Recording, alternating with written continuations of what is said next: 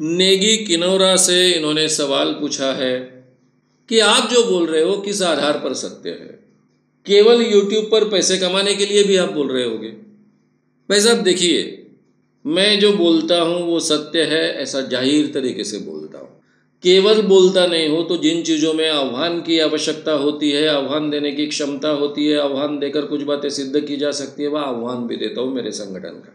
मैं कोई आज काम करने के लिए उतरा नहीं हूँ। अखिल भारतीय अंधश्रद्धा निर्मूलन समिति के नाम से ये बातें मैं इतने सालों से कहते आया हूँ, लड़ाइयाँ करते आया हूँ। एक भी बार हमारा कभी पराभव नहीं हुआ, एक भी बार कोई हमारे सामने जीत नहीं पाया।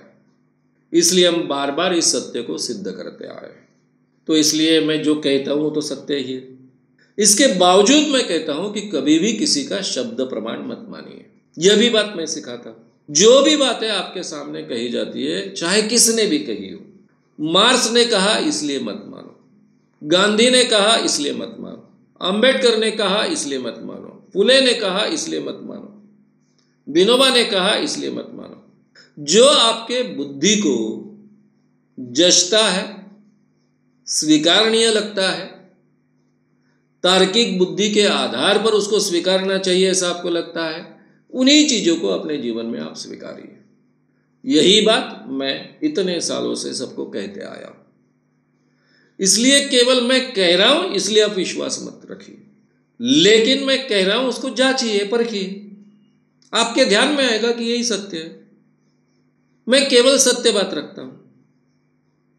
अब रहा सवाल दूसरा, आपको पैसे कमाने के लिए यूट्यूब पर, शायद आपको यूट्यूब की जानकारी बिल्कुल नहीं है। होती तो ये सवाल ही आप खड़ा ना करते। जब महीने में 1 लाख रुपए मैं खर्च करता हूँ खुद की जेब से, तब जाकर यूट्यूब से 10,000 रुपये आते हैं। वो भी डॉलर्स में आते हैं, लेकिन 10,000 रुपये आते हैं। यूट्यूब पर कोई भी शुरुआत में कमाई नहीं करता है, और मेरे जैसे विषय लेकर तो कोई कमाई कर ही नहीं सकता है। ये कमाई का साधन कभी बन ही नहीं सकता है। अब ये 1 लाख रुपए कहाँ से हर महीने में खर्चा आता है? आसमान से तो नहीं आता है। ये जो मेरे जीवन में मैंने पर्सनालिटी डेवलपमेंट के वर्कशॉप 25 साल चलाया है, उसमें से कुछ सेविंग किए थे, उस सेविंग के आधार पर ये सब चल रहा है। मेरे लिए ये माध्यम बहुत महत्व का है। इसमें मैं कितने पैसे खर्च करता हूँ, क्योंकि पहले भी मैं भाषण देते आया हूँ। मैंने अपने जीवन में 10,000 एक व्याख्यान दिए होंगे, 12,000 तक हुए होंगे अंधविश्वास के खिलाफ। मेरा हर कार्यक्रम बहुत बड़ा होता है। मेरे कार्यकर्ताओं को गांव-गांव घूमना पड़ता है, 200-400 रुपये हर एक से इकट्ठा करने होते हैं, तब एक जाकर कार्यक्रम उनको आयोजित करना होता है। आज के ज़माने में मेरा एक प्रोग्राम जाहिर आयोजित करने के लिए कम से कम 40 से 50,000 रुपये खर्चा आता है, कम से कम। अगर बड़ा शहर है, पुणे जैसा शहर है, मुंबई जैसा शहर है, तो लाख के ऊपर खर्चा होता है। हॉल का रेंट ही उतना ज़्यादा होता है, एक दिन का भाड़ा जिसको हम कहते हैं। तो इतना खर्चा कर कर हम लोगों से ही पैसा इकट्ठा कर कर कर कर इतना काम इतने सालों तक करते आए हैं। उस तुलना में ये खर्चा बहुत कम है। मैं करोड़ों लोगों तक पहुंच सकता हूं इसके जरिए। इसलिए ये माध्यम मुझे बहुत महत्व का है, पैसे कमाने के लिए नहीं। ये बात आप ठीक ढंग से समझ लीजिए। नहीं तो ऐसे विषय लेकर क्यों मैं बात बोलता हूं? मुझे मालूम है ना कौन सी बातें बड़े पैमाने पर खपी जाती हैं। मैं रामायण की बात करता, महाभारत की बात करता,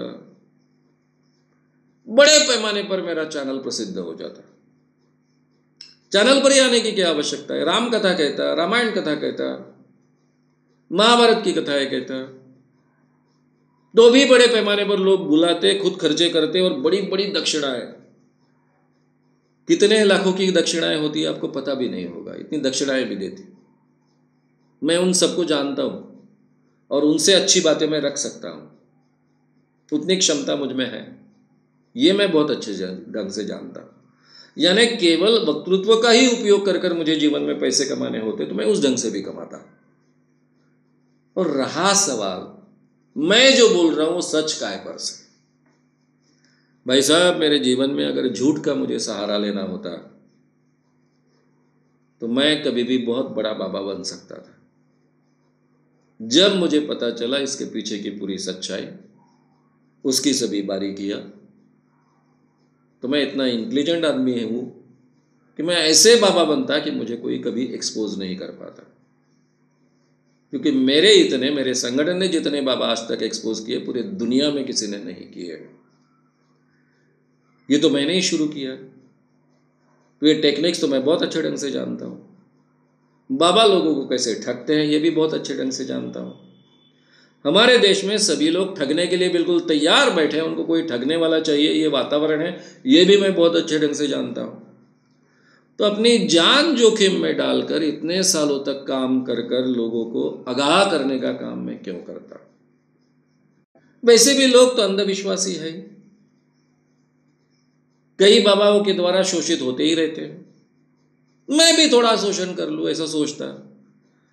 आज कई हजार करोड़ का मालिक होता क्योंकि मेरी क्षमता है उतनी, और आप भी मुझे बहुत क्या क्या मानते, पैरों पर माथा टेकते और ये सवाल भी नहीं खड़ा करते कि आप बोल रहे वो सच है कि नहीं। तो ये तीसरी बात हो गई। तो इसको पैसे के साथ में तो आप जोड़ ही नहीं सकते किसी भी अर्थ से। आपकी थोड़ी बहुत अगर जानकारी होती तो भी आप जोड़ने की हिम्मत नहीं करते इसके। रहा सवाल सत्य और असत्य का, मैं जो बातें कह रहा हूं वो काफी बातें बहुत नई है, ये बात सही है, लेकिन सभी बातें नई नहीं है। इसीलिए तो मैं सावरकर जी का सीरीज लेता हूं, स्वामी विवेकानंद जी का लेने वाला हूं। जिन लोगों ने लोगों का बहुत बड़ा काम करने की कोशिश की है और सत्य रखने की कोशिश की है, उन्होंने भी इनमें से कुछ बातें कही है, ये आपके सामने मैं रख रहा हूं। लेकिन सावरकर जी को जो फायदा नहीं मिला, स्वामी विवेकानंद जी को जो फायदा नहीं मिला, वो मुझे मिला, क्योंकि मैं आज 21वीं शताब्दी में जी रहा हूं। 21वीं शताब्दी में साइंस कहाँ के कहाँ पहुंचा है, और ये इंटरनेट के ज़माने में सभी चीज़ों की जानकारी इजीली अवेलेबल होती है। इसलिए ज़्यादा ताकत से ये बातें मैं आपके सामने रख रहा हूं। मैं हमेशा इतने सालों में केयर लेता हूं कि मेरे मुंह से एक भी बात झूठ ना निकले। मैं क्यों ऐसा कह रहा हूं कि मैं केयर लेता हूं? जानबूझकर तो मैं झूठ बोलता ही नहीं। मैंने पहले ही कहा कि मुझे अगर आपको ठगना होता तो मैं खुद बाबा बन जाता, पॉलिटिक्स में जाता।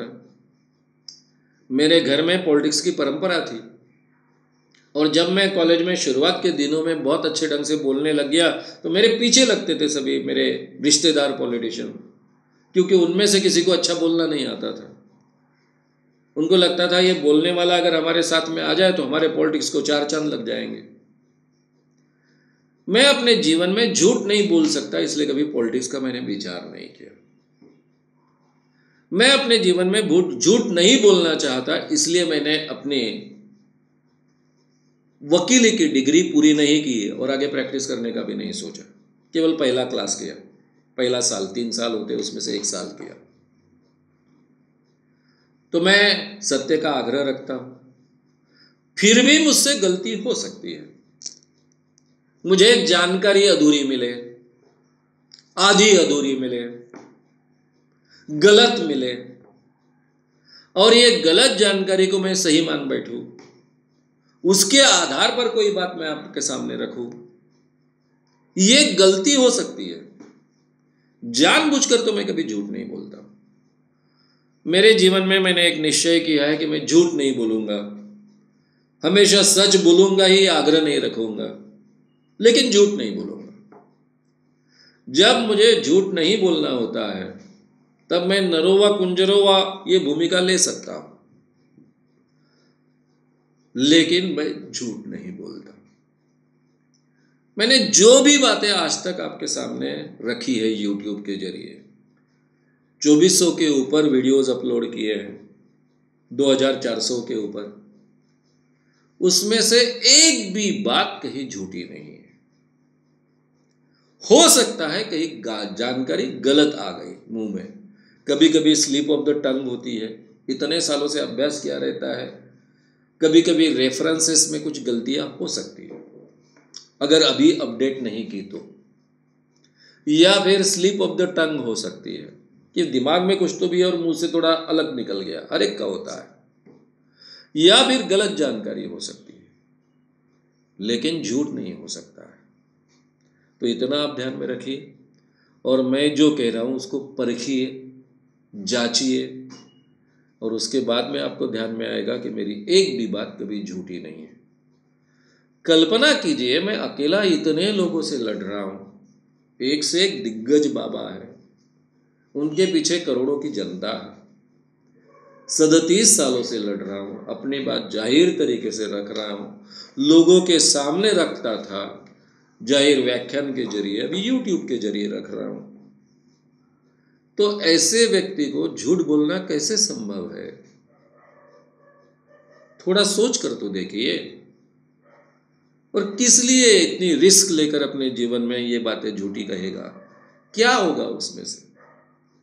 पैसे कमाना है, ये तो आपने बहुत ही चिल्लर बात कही है। ठीक है, लगना लोगों को स्वाभाविक है। पैसे कमाने के लिए मेरे पास बहुत अलग अलग योग्यता है, उसके लिए ये करने की आवश्यकता नहीं है। श्याम मानव चैनल को आपका समर्थन देने के लिए चैनल को जरूर सब्सक्राइब करें। चैनल के नोटिफिकेशन पाने के लिए बेल आइकन भी दबाएं।